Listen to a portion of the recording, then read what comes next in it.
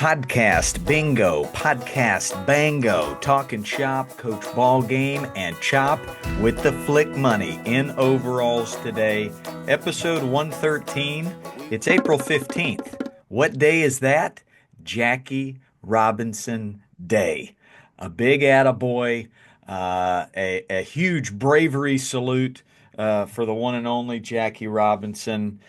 Flick money, what does that man mean to you, my brother? Oh, phew. I am a lover of long shots and underdogs, coach. We're going to talk about the master. I just feel that he um, gave the soul of America like a healing jolt of energy, and it was not without cost. He did it at great personal cost to his mental and emotional well-being, his family, what sacrifices they made so that we could begin a healing process that we are still in and will be. And I just could not be more in awe and grateful for one human's contribution to a healing process, Coach. It spurred a great conversation in the car ride to school with my daughters, my 11-year-old, putting on a clinic. Her teachers had talked about Jackie yesterday, and she said, it's just so shocking that that was a thing, that my best friend, Lydia, who is black, we couldn't be best friends. We'd have to do it in secrecy. And I said, yes, it is very shocking, Avery Jean. And she said, but you know what? I'm glad we're talking about it because the keeping the history alive makes sure that we don't do it again. And I said, man, you are putting on a clinic. And Aubrey James, she's 7 and she still doesn't really understand much of it, but you could see the brain moving a little bit and going like, man, it was weird back then. It was tough. It was odd. And all I can chalk it up to is closed-mindedness, self-righteousness, being uneducated and ignorant. And those are the words I used with the girls. And they said, well, that ain't happening no more. And good on you. So the next generation finds it quite shocking that that was a thing. And you're right. Jackie had a lot of turmoil. His family went through a lot. If you watch the movie 42, Harrison Ford plays Branch Rickey. I mean, puts on a clinic. And Branch, who went to University of Michigan, was a player, then got involved in the front offices. He was kind of like Walt Disney. He's like, let's try this thing, and they had a chat, and he said, Jackie, this is going to get pretty ugly. Are you game? And in 1947, it happened, and the rest is history. But today we honor Jackie. Just man, a, an amazing thing that baseball was able to do for the world is Yeah, bring people together, which is what it does, right? yeah, and just as if he needed more um, fuel to the fire of what an incredible human he was. He was a World War II veteran, served a country that did not always serve him, and Right. served it with honor and uh, to great impact. And so, yeah, to the whole Robinson family, thank you, and to Jackie, attaboy. Uh, Parents out there listening, have a nice conversation with the kiddos in the truck in the car today. Talk about them. Talk about how amazing of a man he was, a four-sport athlete at UCLA. Let's go. um, and why that 47 is on the side of every major league hat today. Attaboy. Number two on the docket, switching gears a little bit. We don't talk golf much on this pod, but my goodness, do we love the game of golf. And I have a feeling that you listeners, at least half of you, you love mustaches, you love Tom Selleck, and you love golf, just like me. Um, it was the Masters Sunday. And by now, me and my wife, Tara Jean, Mrs. Ballgame, we've been married coming up on 13 years now, and possibly 12. I'll have to do the math there. Whoops. But it's coming up for April 20. We're going to have our anniversary. Um, 12. It's 12 years. She knows that on Masters Sunday, her and the girls, they go somewhere, and for about 4 hours, it's me, my couch, a remote control, and wow.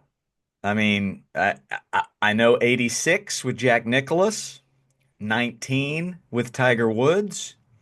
This has to go up there in the top five best Masters Sundays of all time.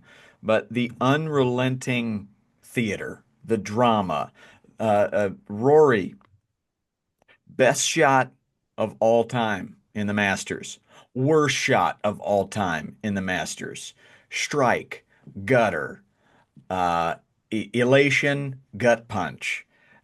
Flick Money, you texted me around hole 14 saying you needed a hug. Um, kind of walk us through how you navigated that back nine Whoa, through Amen Corner. coach, I cannot remember. I mean, this is Rory's mountain. This has been his mountain to climb, for if he 14 years ago, he had a four-shot lead and shot an 80 on Sunday. I mean, a total meltdown. And since then, this has been his career goal. And I just feel like, when you're talking about theater and drama, we all have mountains in our life, whether they emotional mountains, healing mountains to deal with from our past. Some of us it's addiction, some of us it's financial, some of us it's in our career, some of us it's in our relationships. We all have mountains, and so I just was so taken with the level of mental and emotional toughness that he showed, dealing with the undulations, the ups and downs, because he gave up the lead not once, not twice, but three times on Sunday at the Masters, having done it before. And I was the reason I texted I needed a hug because just empathetically for him, I was almost sick to my stomach, and so I could only imagine what it felt like to be inside of his skin. But to come back like that, coach, and over and over and just hit unbelievable shot when he needed to after unbelievable shot. When Jack did it, when Tiger did it, they were these masters of discipline and not making the bad shot and letting other people beat themselves and not beating themselves.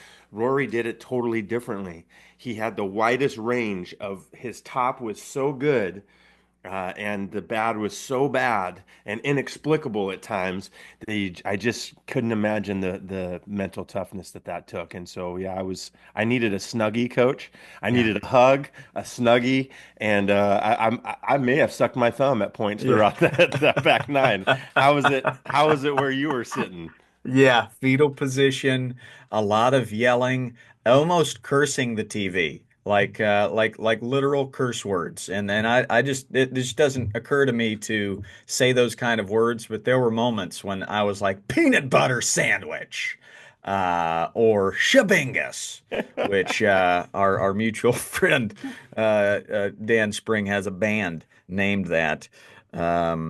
It Two things really stuck out by the end. One, when it was all said and done and he got it done, the the reaction. Now, he's an open book and he's very honest, but the he just fell to the ground and started sobbing, like convulsing, to the point where, Justin Rose had to come over and try to kind of console him a little bit, as well as his caddy. But the man cared that much. He cared that much. And he carried that care for 14 years. 2011, he's hitting a drive off 10, and he's four shots up. He ends up shooting 80, hitting it out of bounds. Angel Cabrera, who's been in prison for 2.5 years, writes him a note, puts it in his locker that morning, Sunday morning, says good luck. And he talked about it afterwards, the irony of going back 14 years to that date when he was paired with Angel Cabrera to getting it done. Um, I just love the bounce back. And we talk a lot about response on this podcast, but that's what we have to instill in these kids that we coach is response. It's not about the bad shot. It's about the response. He's been reading a lot on this, on the response. Rory has, and I think just being a father now, there was perspective there. There were moments where he could have just totally, yeah, well, this is it. This place has my number, and I'm not going to have this green jacket. But he continued to bounce back. So um, that was a lot of pent up angst that came out right there, and I think we can all relate. Golf does that. The second thing that stood out is the class of one Justin Rose. I mean, for a guy to be that close in 2017, Sergio got him in a playoff, and then again, the way he played, that how clutch he was on Sunday. He's 44 years old, definitely the autumn of his career. This could be the last time he is in it on the back nine on Sunday in Augusta, and my goodness, a life.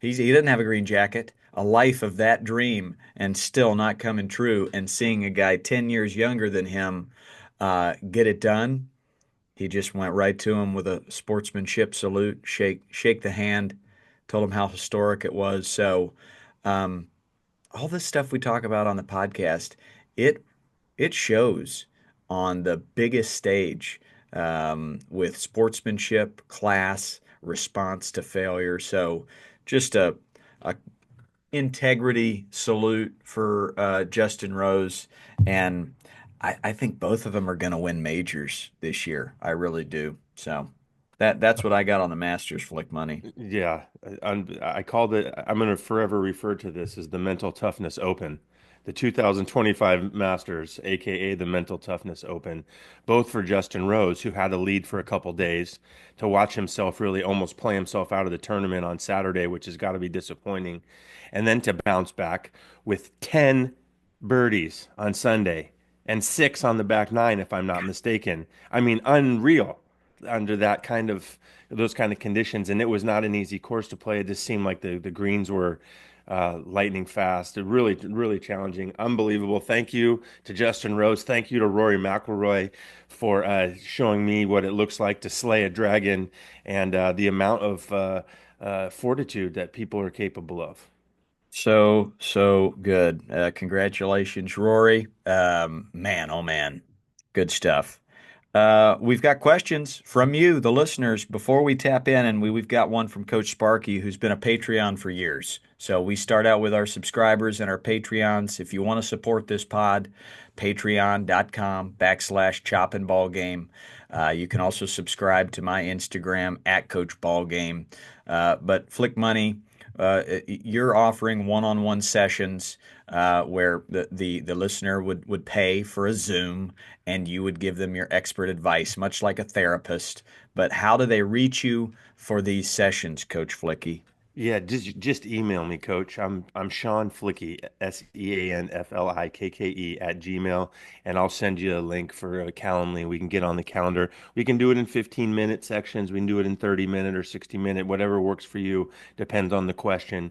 But would love to be a part of your journey. And thank you, Coach, for the platform. I've been having some great conversations. I love to hear it. We get to your questions as quickly as we can here, but you'll get a much deeper dive there with the one-on-one. Sparky, I've done sandlots with him in Wisconsin. He's been on the podcast before, but a deep thinker, and this is a great question. He's summarizing a discussion about Roki Sasaki, who had a rough start, and there were some tears afterwards. And talking about response, what can a parent, what can a coach do to help this response? Um, do we go with the toxic reaction of "suck it up, Buttercup"? That's one side, or the more emotionally intelligent response, um, We don't know this guy and what his struggles are. So let's lead with empathy, right? You've got those two sides. I'd love to hear a script from you guys on best practices of the emotionally intelligent response. The one of, okay, let's dig deep here. What's the why? What's underneath all this? What are some tools you use with youth players to help them put things into perspective in a moment of failure? What are the tangible differences between stuffing down negative emotions and accepting them and compartmentalizing them? What are we supposed to do with all of these feelings? He's looking for something granular, and let's start right there with that tools for the youth player to put things into perspective. Flick Money, where do you start? Because you're kind of a master at this approach. Oh, well, thank you, Coach. Um, we say this every week, and I'm going to say it again. This really is going to depend on the player. This is why it's so important to get to know your players, ask them questions, get to know who they are, get to know their love language, get to know what makes them tick, because there isn't a blanket answer that works for everybody. Um, so, having said that, where I generally start is if I'm being emotionally intelligent, I want to acknowledge that it hurts. I understand that it hurts. I can feel it with you. And I'm not trying to push them off of the hurt because you know where that hurt comes from? It means they care, right? I don't want to push them off of that care. Oh man, buddy, I know it hurts. Failing is really, really tough. Um, and so what I tell them is it's okay to feel sad. It's okay that it hurts, but we don't want to stay there. Because if we stay there too long, then we start to spiral in. So now we're going to start to turn the care into a positive. What can we do? What's the proactive step? And I'm going to engage the player in that. Granted, it's not easy for them to talk if they're still in the emotionality of it. So let's give them enough time to get kind of calm down where you can get them in the eyes. Now, what are we going to do? That can be that energy of that hurt can be turned into motivation to work hard. Let's set some real tangible goals for what we're going to work on. If I'm in a game context and we're not really ready to have the how are we going to practice for this moment conversation yet, then I'm going to tilt it the other way which Chopper's masterful at. And let's talk about your teammates right now. What do they need from you right now, do you think? Because they're the ones who are going to be there for you. They're going to hopefully, overcome the failure. We're going to overcome it as a team. It's not your responsibility solely. We're going to have to do it as a team. So let's focus our energy on them right now. Um, and that's going to be I'm going to kind of go one of those two routes and probably both, to be honest with you, one in the moment and then one which is creating a plan to improve and let that hurt drive improvement. That's a really powerful part of the baseball experience. Um, and then, some of the other stuff is nuanced and subtle. Is this a kid do I have the relationship that it's okay to have an arm around him, and let him know I got you? Is this a kid that I need to give space to where it's kind of on the anger tip, a little more volatile? Maybe we give him a little bit of space. Do I have an assistant coach who has a great relationship with them? I've got some different options there. But again, that's an art form. It's a little bit of like how much gas pedal and how much brake, and some of it is based on my relationship with them. Some of it's based on who the child is. But that's where that's the door I come through, Coach. What do you think when you hear this? That's great. I concur with all of that. I go I I look at the shape of a cone and I start with the wide end and I say, okay, let's start big picture, generalities here. I'm going to build a culture where failure's good and we're going to learn from that and we're not going to beat ourselves up. Teammates are going to rally behind you when you do fail because that's actually when we learn. And when you do fail, a big smile, big hug coming your way. So build that culture from coach, assistant coaches, bleachers. So that's the big picture. Then you start to get more granular, and you get to meet each kid on their own playing field, and you go, oh, this kid doesn't dig this positivity. Like actually, this is a kid that wants to be pushed, wants to be honest, kind of brutally honest with himself and go, how do I fix this? So you get even more granular and you go, okay, here are the steps. But in the back of their mind, they still know, wait, this guy's allowing me to fall flat on my face. He's accepting failure. It's not life or death. And I think that's makes it more productive as you get tighter and tighter to the other end of the cone, so to speak. In the golf terminology, Tiger Woods started from the green and went backwards. That's how he was taught. He went there and worked his way backwards. So it's a sense of working your way backwards, so to speak. Where let's the most important thing is this culture that we're setting, this umbrella of grace, and then you can tighten it up as you get back towards the tee box. So, One more, yeah, one what more do you got? tool, What do you got? coach. I just remembered one more tool that I've heard some people employ with great effect.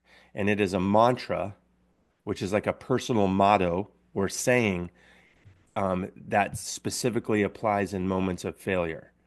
So, we want to have a mantra like pre-pitch or pre getting in an at bat that sort of pumps us up. I mash, I rake, but we also want to have one for when we fail, which is, and you're going to have to create this. Best thing to do is to create it when before the failure ever happens, like so everyone's in a calm and relaxed state. We're going to each have our own personal motto for what we say to ourselves when the seas are stormy and we're struggling emotionally. We need something to anchor to. So a good mantra, a good motto could be, um, I learn, mistakes are learning and I bounce back. Something like that, that you can anchor to, and a player, you can teach them that, and they can become their own kind of mental toughness coach. And I can imagine something like that had to have been going through Rory's mind on the back nine there yesterday, coach. Oh my goodness, yes. So there you go, Sparky. Thanks for the question. Thanks for the support. Long-winded support. I think he's one of the few that have listened to every single episode here. 113 deep. How about 13 U travel ball coach? 13 U.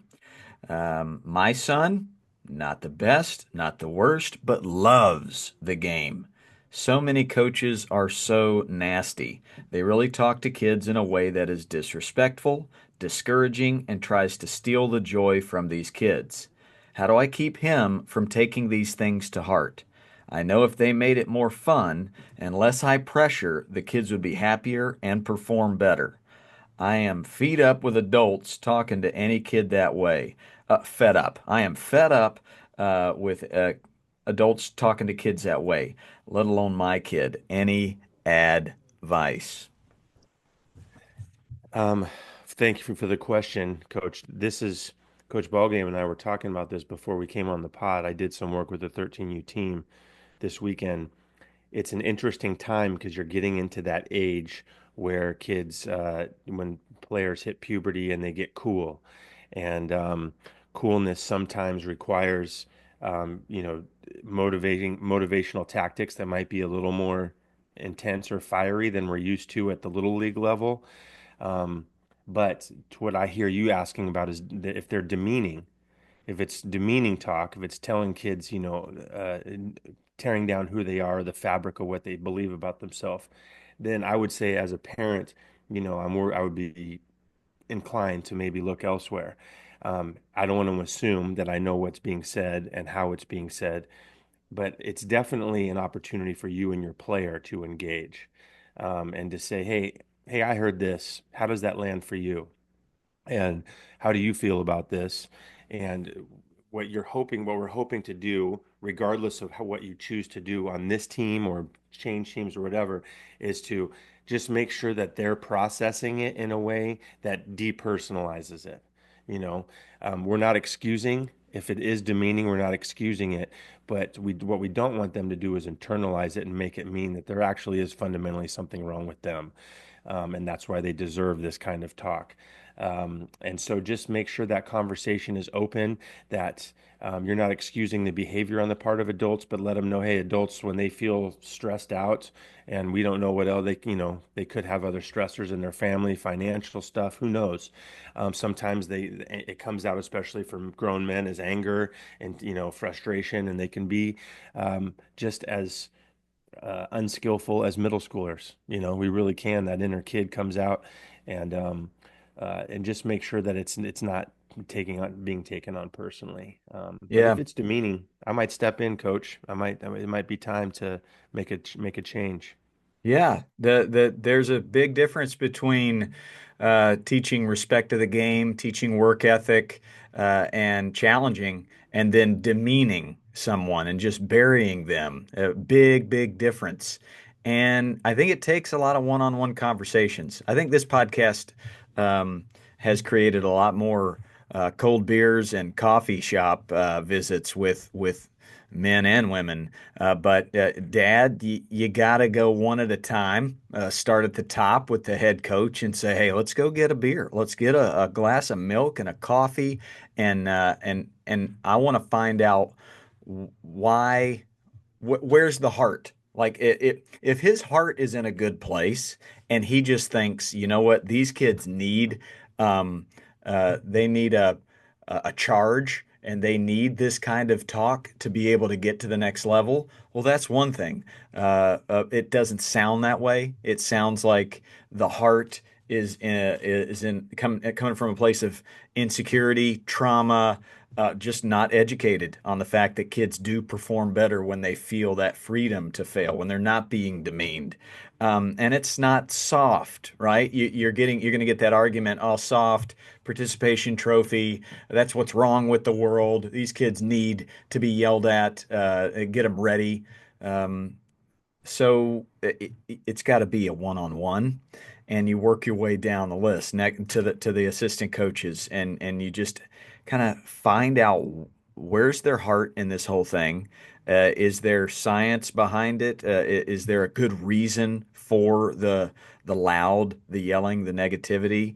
And if you feel any red flags, then yeah, go elsewhere. You got to. But we always advise parents before you jump on a team, watch a coach run a practice, watch him run a game, kind of feel that culture out. And if there's a red flag, move on because I like how you put it. Some of these coaches, we're middle schoolers just figuring it out and making mistakes and really leaning on our insecurities to make decisions. So I can relate. A 23, 24-year-old James Lowe um, just went about it the wrong way. These kids are 7, 8, 9, 10, 11, 12, and they're just the next Mike Trout to me. And we that means we got to win and they got to become a great high school player, great college player. And if they're not on board with that, if they're not um,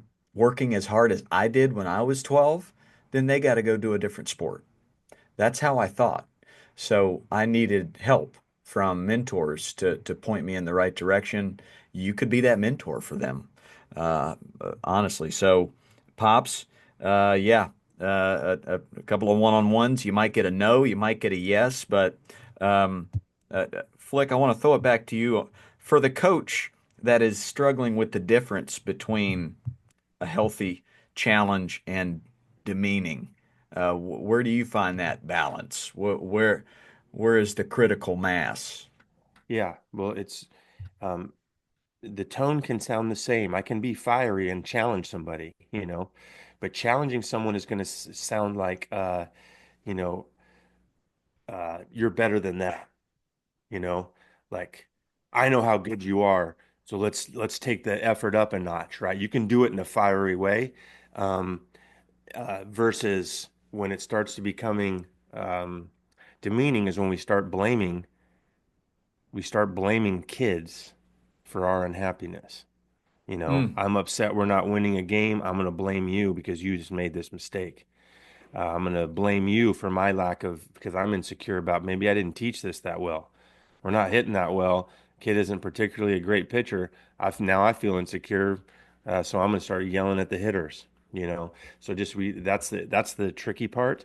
But probably if you're listening to this, you're already more self-aware than that. But that's kind of what happens. I would just say the other thing, coach, for this conversation with this 13U player is we really want to empower them to have these conversations with their coaches themselves. And I know that can be really intimidating, but to this dad, um, really try to encourage, have the conversation with your son. What's this like for you? And if it is a problem for him, see if he can have the conversation with the coach himself. Because what happens with these types of coaches is if you come in as the dad, they go in full defensive mode, and if anything, they might actually be even worse. But if a player comes to him respectfully and says, "Coach, thank you for coaching me.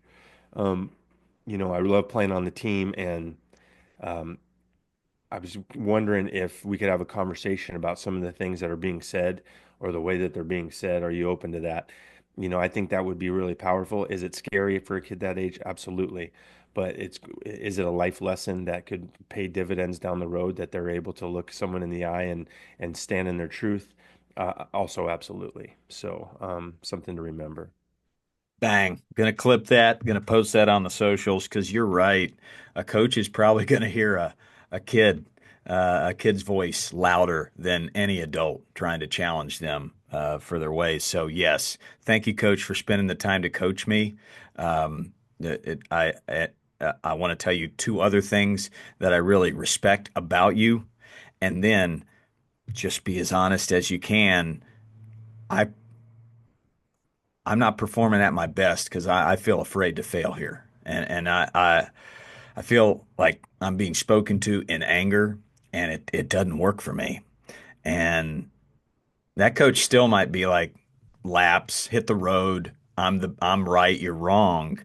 But boy, oh boy, they're gonna put their head on the pillow and go, hmm, that was interesting. That was I've never had that happen to me. Put a rock in their shoe. So love that a lot. Hello, everybody. Quick break from the podcast to tell you about the Coach Ballgame University.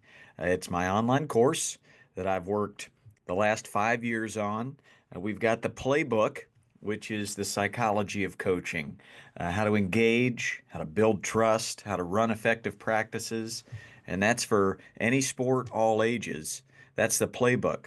Also, within the Coach Ballgame University universe is my skills course, which is baseball and softball specific for the eight and unders.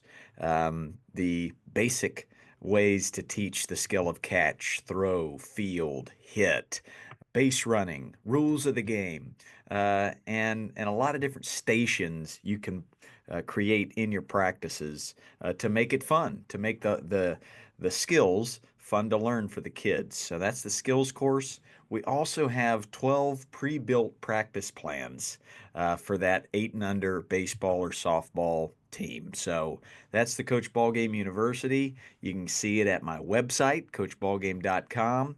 It's also in the link in my bios on all my social medias. Boom.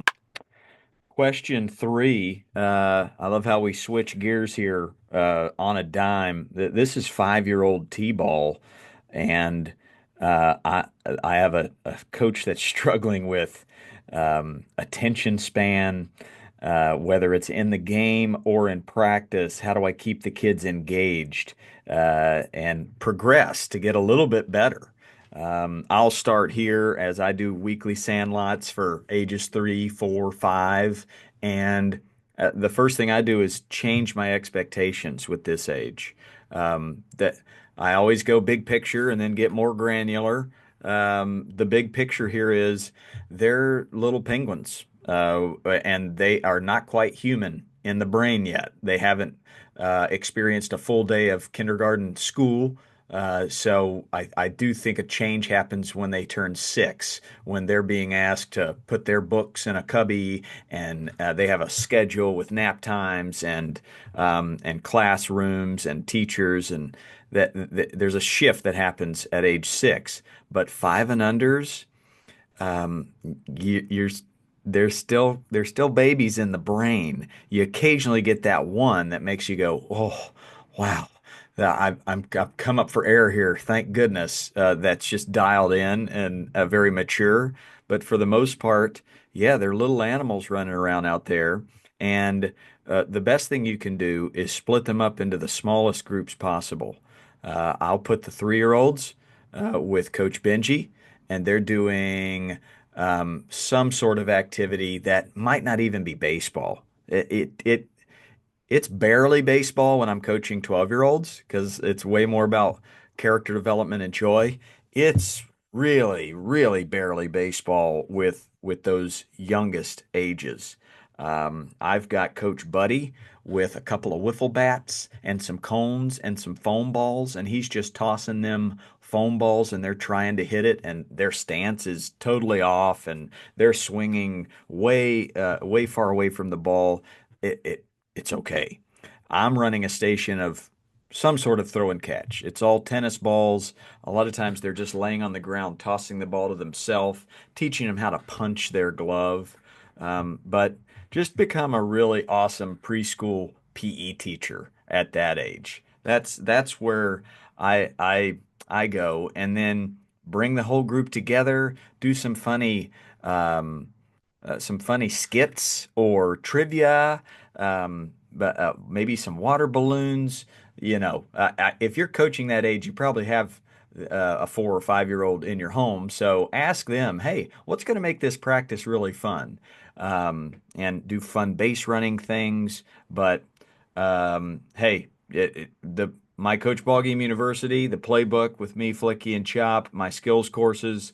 I have a lot of good content there that you can soak up. Those kids might even like those videos that I'm doing on the skills course. They'll watch it with you, create some quality time. So, yeah, Flick Money. How do you keep the very youngest ages engaged? I mean, you voiced it best, Coach, when you said each practice really is a birthday party. Treat it like a birthday party. Lots of movement and activities. Capture their attention in very short. They're butterflies, so capture it in short windows.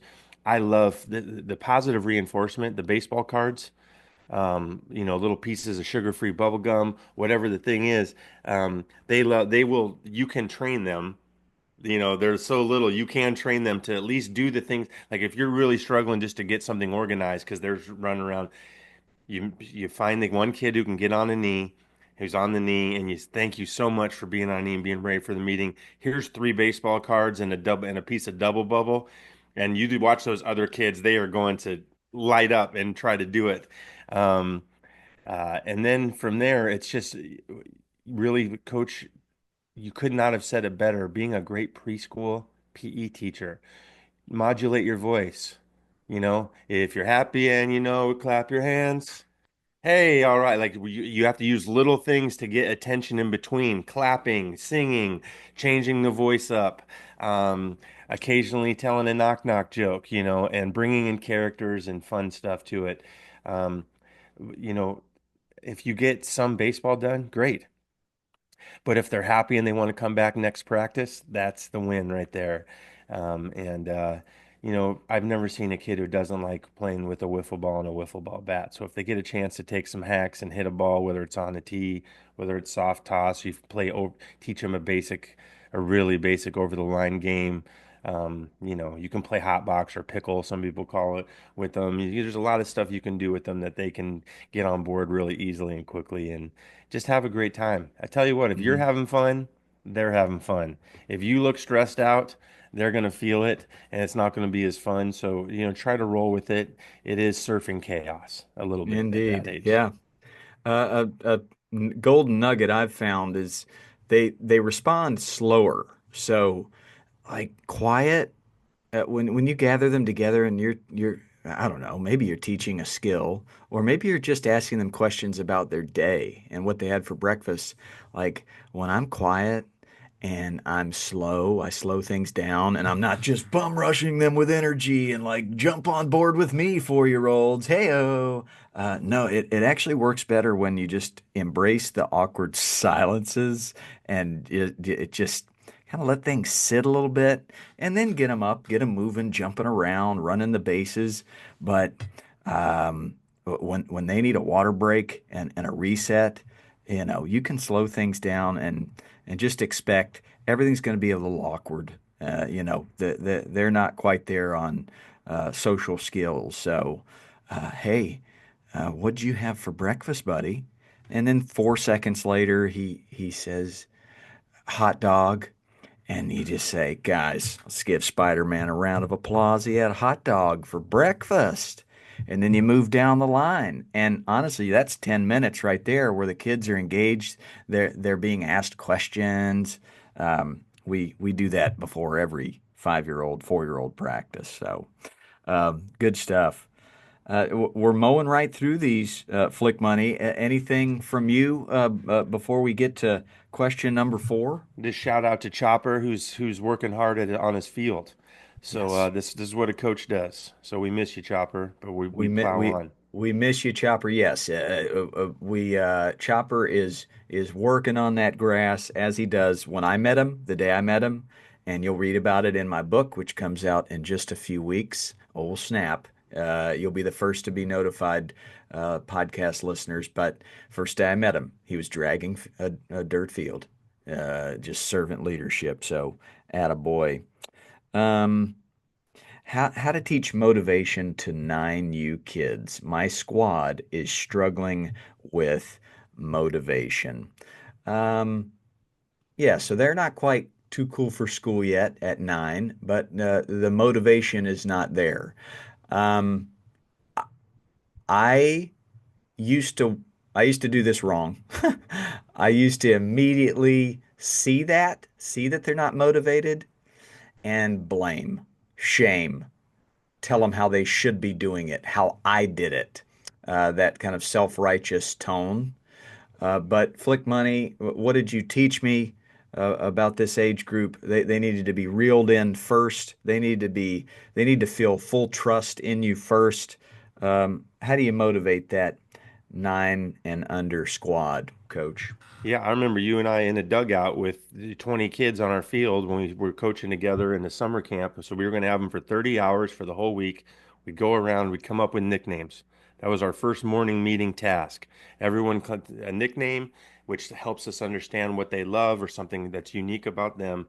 We're building relationship. Then we would lay down the rules, and we did have rules.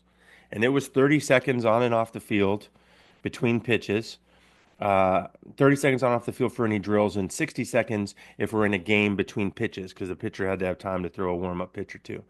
And so we set a high bar for the time that it took to get on. So that was pushing, motivating them to run. It was just part of how our field functioned.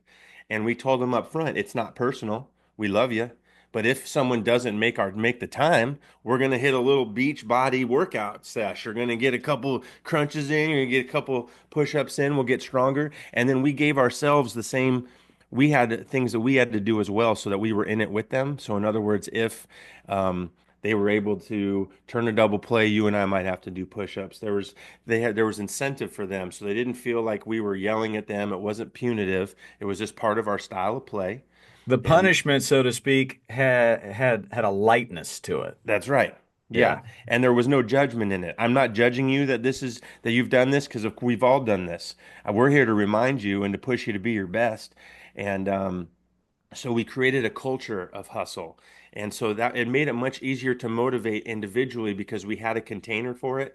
And then if I needed to say, Benji, this isn't Tiger Woods golf camp. Let's move the puppy dogs. We had to remind them, but there was already a framework for it. So I feel like that's the way that I remember us doing it a lot. And then of course we came on the other side with the positive reinforcement. Man, this guy hustled all day long today. I've got one Mike Trout card in the whole stack, and I'm giving it to my hustler because I never had to tell him to hustle one time. He just was running like a man with his hair on fire. And that's infinite pizza sauce. And then we would give the card out for that. So you can hit it on the positive reinforcement, you can hit it on the negative reinforcement, but it's not really negative. It's actually just a motivational reminder. And we're also building their body. It's physical fitness. So, it's like a win-win. And I used to tell the kids, and you're going to look great at the beach. You're going to take your shirt off and people are going to go, wow, how many push-ups did that guy do this summer? So, you make it all part of the culture. Yeah, tone, body language is everything. Gibbity bop, another quick break from the pod to tell you about our supporters. Who's powering the Talkin' Shop podcast? Well, it starts with Warstick. They are my equipment sponsor, the bat, the glove, the epic swag. I'm wearing the hat right now. Go to Warstick's website, Attaboy 15% off any of their stuff, and it's good stuff. That's Warstick. Thank you very much. We're also powered by Squares. These shoes that I wear, there's turfs, there's cleats, there's golf shoes. They're amazing, they're comfy. Squares, go to the Squares website. Attaboy10 is the promo code there, 10% off, and they're sweet shoes and they smell good. And lastly, we're powered by Thromo. The promo code for the Thromo website is Attaboy. And this is a mat that really teaches kids how to step when they throw to a target. It also works for hitting as well. Very basic. You just put this mat down, and it gives these kids a great straight line to step down, to throw down, to step when they hit. It's a beauty. I like things basic, and this is basic. All right, back to the show. It doesn't get any better than this. We've got like three questions all in the same vein of daddy ball issues. We've got a head coach who has created a expectation of development over rings. But once the games hit, my two other coaches consistently prioritize their kids and their positions over the others because their kids are more talented. Whereas the head coach is trying to take his kid out more often than everybody else just to show team before self here and giving everybody a chance. Then you've got a dad in the bleachers. How do I combat unfairness or daddy ball issues? I'm realistic about my kid's skill set. They're definitely the top nine on the field, and then the not top five are off the field. Coaches talk about what a good attitude the kids have, but still not giving them any playing time. So there's that the son of the coach is getting more playing time, seeping into this culture. So, what are your general thoughts on Daddy Ball, and then how can we combat this from the head coach who sees it with his assistant coaches, and then from a mom or dad from the bleachers coach. Well, and yeah, there's similar for me. It's a similar lens for all of these, right? Because you have a couple things happening, but the adults are not all on the same page. In both instances, the adults are not on the same page, and the adults are really setting the culture here. And as Chopper always says, our culture is what we tolerate, right? So if your head coach is setting a positive culture, but allowing your assistant coaches to wrestle some of that away for the benefit of their own. And I'm not saying it doesn't sound like maybe they're being negative. They're just saying, look, my kid's the best player. He's going to shortstop this inning again. My kid's hitting third. He's the best hitter on the team. Um, you that needs to be those that needs to be a conversation over some milk, coach. Go grab a cinnamon roll, ooey gooey, three forks, and sit down and go, what are we doing here? And why are we doing it? And it's going to be uncomfortable because there is an argument to be made at some level of competition for the best players who have worked the hardest, who have spent the most time in the cages and taken the most ground balls. There is an opportunity for them to step up and play in those positions. So where's the win-win here? How can we make this work for everybody? Um, because we don't want to say that those kids don't deserve it, but we also don't want to limit other kids' opportunities for growth and for trying some new things and having a team culture that supports development. So it sounds like the adults need to get on the same page. If you're a parent and you're seeing your kid not getting to play, as we talked about earlier, it's really, really important that you empower your child to have a conversation. Now, if they need you there, cool. You can have an arm around them and say, I got your back. But we really want the player to be able to say, I don't understand what I need to do. Or can you coach? Thank you for coaching. Can you help me understand what do I need to improve on to get in the games more? Because I signed up to have fun, to learn about baseball, to get better at this game, and I feel like I don't understand why I'm not getting a chance to do that in the games. Because that kind of coach is definitely going to respond positively to a kid that is asking, how do I get better? You know? Absolutely. That's what that coach wants is to let everyone know. Typically, that's why they're trying to win games. That's why they're prioritizing wins. They want people to know how much they know, how good a coach they are, how well they can teach it. So if you get a player who engages them in that way, you're going to likely get a positive response. Man, uh, there's some gold in this podcast, Coach. I mean, just a lot of great questions, people that care, and just I love our chats, man. I don't think we don't have anything else to cover on my end. What do you got on your end for April 15, 2025? Um, I want to give a big shout out to Jackie Robinson and the Robinson family. Um, Thank you for your courage and your toughness, and thank you to all the family members who, for generations, will still be dealing with some of this stuff that Jackie took on and the family took on during that time. Um, and for everyone else, I just want to remind you to pay your taxes and and let you know that we love Yikes. you. We're so Yeah. grateful for you. Don't Thanks let for that tax day get you down. It gets don't. everybody down. I mean, that's why the certainties in life, death and taxes, like they're in the same sentence. Yeah, that's But right. yeah, so everybody hates it. Just do it. Just do Yeah. Coach, it. should we Whoa. go ahead and should we a tax day? Should we leave on a song note? Yeah, I think we got to end on a song as we lead into the middle of April. Cubbies are looking good. They're tough. The Padres have the best record in baseball. Lead us out, Coach Flick Money. Okay, here we go. If you're happy and you know it, clap your hands.